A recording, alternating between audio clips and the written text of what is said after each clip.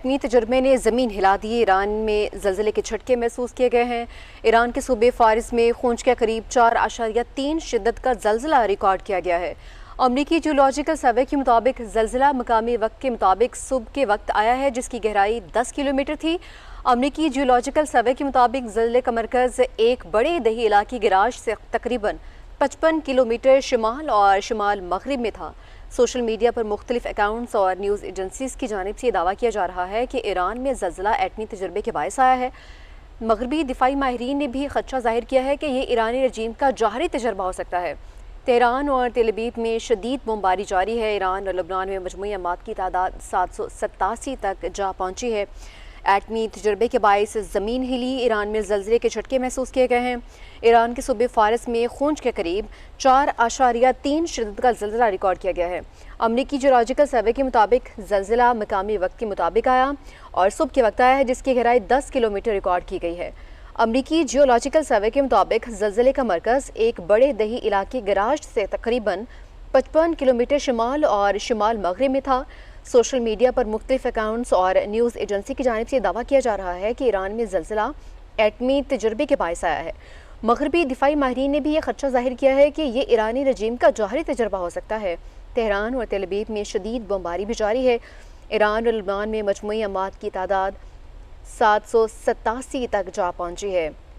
اسی حوالے سے مزید بات کر لیتے ہیں۔ ہیڈ آف انٹرنیشنل ڈیسک ناصر زیدی صاحب ہمارے ساتھ موجود ہیں۔ ناصر صاحب، بہت شکریہ آپ کے وقت کا۔ آپ کیا سمجھتے ہیں کہ 4.3 شدت کا یہ زلزلہ ہے، یہ ایٹمی تجربہ ہو سکتا ہے یا پھر یہ زلزلہ ہی ہو سکتا ہے؟ جی بے شک یہ 4.3 شدت کا زلزلہ ہے اور بہت ہی چھوٹا سا زلزلہ ہے، لیکن اس کے جو جھٹکے ہیں وہ اس وقت پوری دنیا میں محسوس کیے جا رہے ہیں اور اس کی وجہ اس کی ٹائمنگ ہے۔ یہ زلزلہ جو ہے نا، یہ دن 11:54 پہ آیا ہے وہاں پہ جو گراج شہر ہے جو ایران کا، اور دن کے وقت یہ جو زلزلہ ہے اور اس کی خبر پوری دنیا میں پھیلی ہے اور اس کو پوری دنیا میں اس کو طرح طرح کے جو میننگز دیے جا رہے ہیں۔ بہت ساری سوشل میڈیا پہ رپورٹس آ رہی ہے کہ یہ ایران نے اپنا جوہری دھماکہ کیا ہے، اپنے ایٹمی ہتھیاروں کو ٹیسٹ کیا، جس کی وجہ سے یہ زمین میں ارتعاش پیدا ہوا ہے، اور اس وجہ سے یہ غیر معمولی طور پہ اس زلزلے کو بڑی اہمیت دی جا رہی ہے۔ عام طور پہ دیکھا جائے تو زیر زمین جو چھوٹے بڑے جوہری دھماکے کیے جاتے ہیں، ان کی وجہ سے اس طرح زمین میں زلزلہ آنا یا زمین میں ارتعاش پیدا ہونا یہ ایک معمول کی بات ہے، اور جوہری دھماکے کا زمین کے نیچے کیا جائے تو 2 سے 5 ریکٹر اسکیل کے زلزلے عام طور پر پیدا ہو جاتے ہیں، یہ ایک نارمل بات ہے۔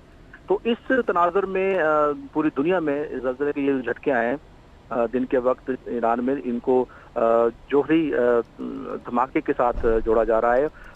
سوشل میڈیا پہ بھی بہت ساری رپورٹس ایسی سامنے آ رہی ہیں، اور کئی جو ایجنسی انہوں نے بھی رپورٹ کیا، خدشہ ظاہر کیا ہے کہ جنگ کے اس ماحول میں جبکہ ایران اور اسرائیل ایران پر مسلسل حملے کر رہے ہیں اور جدید ہتھیاروں کے ساتھ کر رہے ہیں، تو ایران ہو سکتا ہے کہ اندر کھاتے جوہری صلاحیت حاصل کر لی، اور اس نے آج اس کو ٹیسٹ کر کے پیغام دیا کہ اگر مجھے مطلب اسی طرح بارود اور آگ کی بارش رہی تو ہو سکتا ہے میں اپنا آخری آپشن جو ہے نا وہ جوہری ہتھیار کو استعمال کر سکتا ہوں۔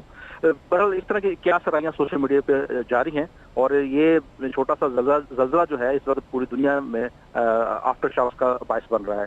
اگر بہت بڑا دھماکہ کریں، جوہری دھماکہ کیا جائے تو اس میں 6 یا 7 ریکٹر اسکیل تک جو ہے نا وہ شدت محسوس کی جاتی ہے۔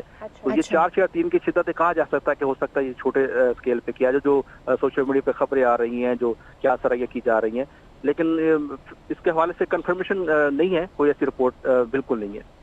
اچھا ناظر صاحب، ایک چیز اور بھی ہے کہ اگر ایران واقع ہی ایٹمی ہتھیار جو ہے ان کا تجربہ کرتا ہے، تو کیا یہ ایسے سسٹم تو موجود ہیں عالمی سطح پر جس سے یہ چھپائے جا سکتے ہیں یہ تجربے، یا پھر ان سے پتہ چلایا جا سکتا ہے کہ ایسا ہوا ہے؟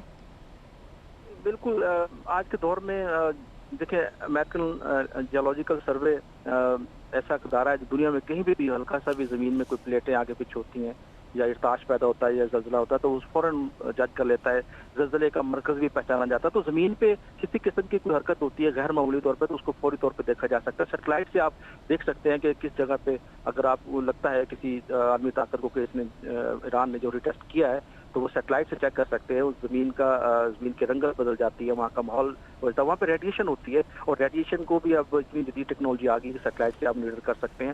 ہلکے سے ہلکا بھی اگر کوئی اس طرح کا کیا جائے